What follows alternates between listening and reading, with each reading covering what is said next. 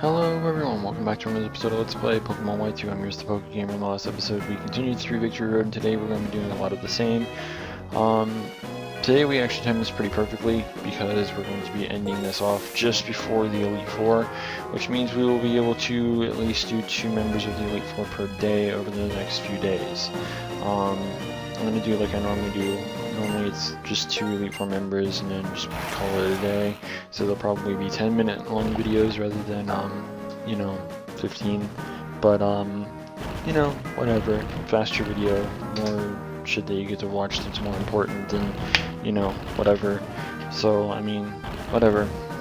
There isn't much left to do here in Victory Road anyways, just a few trainers that are left.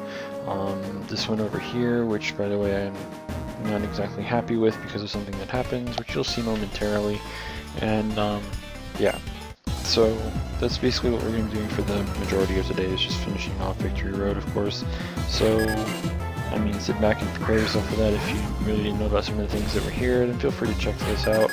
If you're not really interested in watching Victory Road, then I guess you either get to listen to me ramble or you're just going to exit out. I kind of don't want you to, but I mean, I'm not saying that you have to stay either. Besides, there's a little bit of information I guess that we kind of need to kind of cover. By the way, this is what I was talking about. Respawn's died 2 episodes in a row now, so it's great. Anyways, going off of some of the Pokemon stuff that's been revealed for Japan or just in general, we have a event for Japan. It says this event utilizes the Pokemon Trader arcade machines for from October 15th. It's a Rotom event, by the way. This Rotom comes at level 10 in a Charge Ball with the moves Shockwave, Astonish, Trick, and Thunder Wave. To get this Rotom, you need to take your Nintendo 3DS with X and Y, Pokemon Battle Traze, or Band of Thieves, and 1,000 Pokemon with you and have it on standby while you play the Pokemon Trader arcade game. Doing this will have the 3DS communicate with the machine and charge up the special meter. Once the meter is filled, it will begin transmitting in the Rotom for your Pokemon X and Y game to be obtained via Mystery Gift Local. It is expected to run for the duration of the 3rd set. This event, the event database has been updated, blah blah blah. I'm reading this off of Serebii, like always. And by the way, there was like a weird amount of lag there. I don't know why. Anyways, some of the older news that I didn't get to cover because we were covering a little bit of the Smash demo yesterday, or not yesterday, but the last episode. The Pokemon Company has uploaded a new trailer which showcases all of the new information and Mega Evolutions from the past week. This being a lot of the English stuff. Primal Kyogre's ability is a Primordial Sea, and it blocks fire-type moves and changing the weather. Its move is Origin Pulse in English. Primal Ground's ability is Desolate Land, and it blocks water-type moves and changing the weather. Its move is the Precipice Blades. Both moves can hit multiple opponents. The new weathers are permanent but fade when the Pokemon is switched out. The demo has also been confirmed for the West, which means we in America will be getting it. And then they added screenshots. They also mentioned that the Global Link Pokemon Bank have also been confirmed to be compatible with Pokemon AlphaSapphire and OmegaRuby. And apparently there's going to be a soundtrack for it coming to Japan on December 3rd. While the Pokemon Center will receive a special edition of the Nintendo 3DS units in Japan. And they come for 19,000 yen. So I mean, there's that, and they also updated their pages for their Mega Evolutions, new attacks, and new abilities with a lot of the stuff that's been revealed recently. There was also a reveal that followed up from the one that I just mentioned, they say that following yesterday's official reveal of the various bits of Pokemon OmegaRuby and AlphaSapphire information, a new clear image has come out that showcases the various features of the Pokemon Global Link in the new games. The aesthetics of the Pokemon Global Link remain the same, but there are new features, including the ability to upload photos you take during the Pokemon contest, and the game keeping track of the popular places to build secret bases. It also shows that Raiding Battle Season 7 will begin and be compatible simultaneously with both X and Y and OmegaRuby and AlphaSapphire. This also gives a hint of an upcoming battle competition called the Trainer Pokemon Battle, though this could just be for the sake of the image. the global link also confirms that there will be several days of downtime ahead of the release of OmegaRuby and AlphaSapphire. So yeah, of course it's kind of a given if they're updating the global link to be compatible with both OmegaRuby and AlphaSapphire as well. So I mean, whatever. All I know is, like the rest of the world, I can't wait for the trumpets to sound off. I mean, I don't know about everyone else. I know that a lot of people hated the C roots and stuff like that, but I am a huge fan of Generation 3. I love Generation 2 and Generation 3 probably the most. Generation 1 was the original, so there's obvious nostalgia, but Generation 2 and Generation 3 were by far my favorites. Generation 2 has done probably by far my favorite feature in any of the Pokemon games ever created, which is having the ability to go back to the previous generation, basically, because in Gold, Silver, Crystal, and then of course in Silver and HeartGold, you were able to travel back to Kanto from Johto, which is something that no other game has ever done, which saddens me. I mean, I would really like to see X and Y go back to Black and White. A lot of people actually seem to really like Black and White, aside from some of the unoriginal designs for some of the Pokemon, of course. I mean, Vanillix, really? But, well, there's that in Trubbish, like garbage and ice cream, but whatever. I mean, it came with a lot of good looking Pokemon too, like Excadrill, like, I can't really knock it. But, yeah. So, I mean, like, just the fact that we can't travel back to the previous generation or whatever kind of makes me a little salty, but like, there was possibilities for X and Y to do that through DLC. There's even more possibility for that for OmegaRuby and AlphaSapphire, of course. We'll have to see how things play out. I mean, we can always keep our hopes up that we're probably never going to ever see the light of day when it comes to something like that. But, I mean, hey, who knows? It's still possible, I guess. I mean, that was proven with, you know, HeartGold Silver. I mean, that was a DS console game.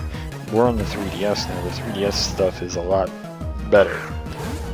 So, I would assume that it's even more possible now than ever to have a game travel back to a previous generation. But, I don't know. Maybe the reason why they don't do that is because some of the Generation 2 Pokemon were actually originally, considered to be part of Generation 1. I can't remember some of them. I think the Sudowoodo was actually one of the Pokemon that was supposed to be part of the original 151, and I think Scizor was as well. I could be wrong about the Scizor, of course, but I'm almost positive that Sudowoodo was actually supposed to be one of those original concepts for Generation 1.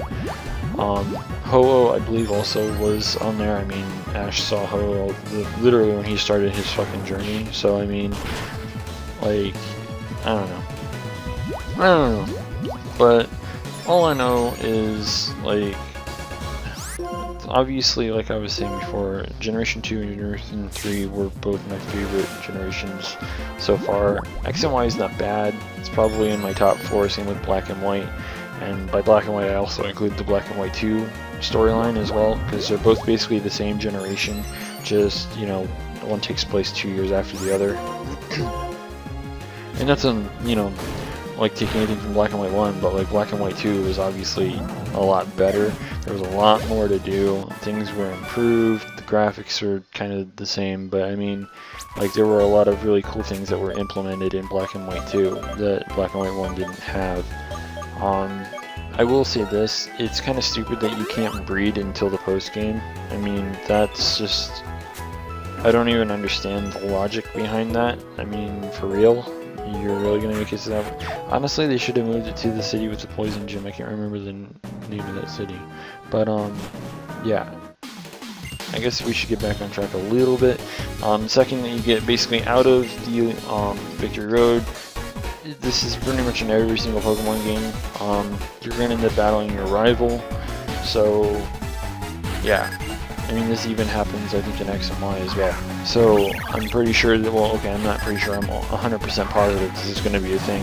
in OmegaRuby and AlphaSapphire, because anyone that remembers my Emerald Let's Play, Wally happens to be there at the very end of Victory Road to challenge you, and he has that little Gardevoir of his, which we all know is now going to be a Gallade that's also carrying a Mega Stone that you're going to have to deal with whenever you get to the end of the Elite Four, not the Elite Four, but Victory Road and OmegaRuby and AlphaSapphire. I wonder if you get the stone immediately after beating him, or if you get it in the post-game.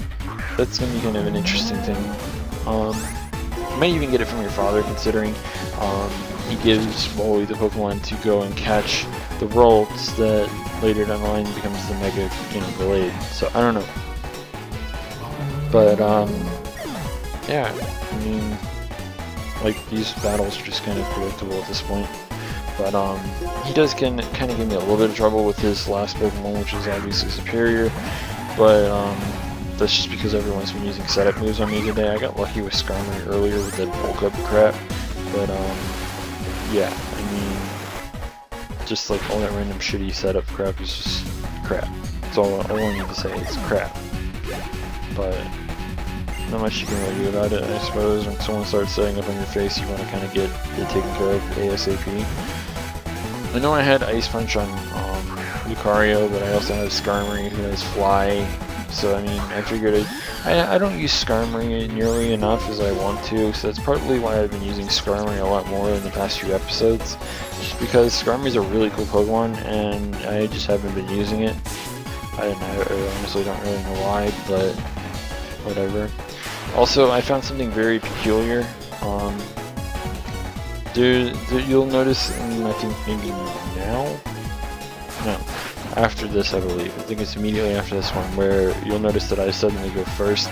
Originally people would think that it's a speed type, but it's actually not.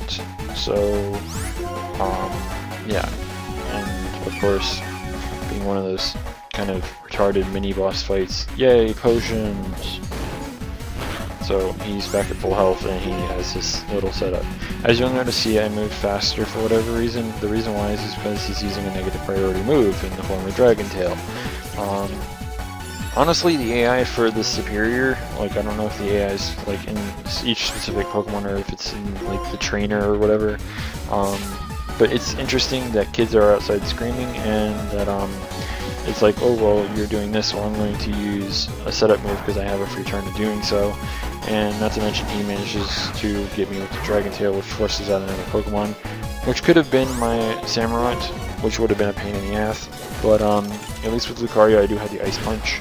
And I guess with Samurott I do have Ice Beam, but I'm pretty sure that at this point Superior outspeeds me because I don't have a speed increasing nature. That does a lot of damage, by the way, despite the fact that I resist it. But yeah. And I just said, fuck it, I'm going for a risky play here because if for whatever reason that didn't kill, he would have killed me with Leaf Blade. So, yeah. And that takes care of Hugh, so with that we can get the hell out of here. Of course he's going to talk some more, but it's worth it because he gives you the TM24, which is Thunderbolt. Kind of stupid, don't you think, that they just give you Thunderbolt right now? Like, just right now. Okay, here, just have Thunderbolt. I mean, I seem to recall you getting that from Elisa, and I think you got that from Elisa in the first one. I don't really remember. I could be wrong about that, but yeah. I mean, you get like better moves. Like you get Thunderbolt a lot quicker in the first one, from what I can remember, anyways. So I mean. Yeah, and we're just gonna check to see if there's anyone over here that we have to talk to. Absolutely not. Let's see here, any item on that rock? Nope. And we have a rock here, and nope. So inside we go. Talk to the NPCs, heal up a little bit, and we need to get Electros out of the PC, and with that we'll basically be done. We literally only have like a minute left anyways, so I mean, it timed itself out pretty well. I mean, I guess Espeon dying kind of bought me like, I don't know, 10 seconds. So I don't know if that makes that much of a difference, but whatever. So we need to go get Electros out, and I think I said this before, and I'll say it again. Despite the fact that it wasn't with us through the entire Victory Road, I did level it up like I leveled everyone else up off screen a few days ago. So it is basically caught up. It is at a good level, so nothing to worry about there. Anyways, in the next episode we will be taking on at least 2 members of the Elite Four, and yeah, that's basically what we're going to be doing. So be sure to stay tuned for that. If you haven't already, don't forget to rate, comment, subscribe, and until next time, this is the PokeGamer, signing out.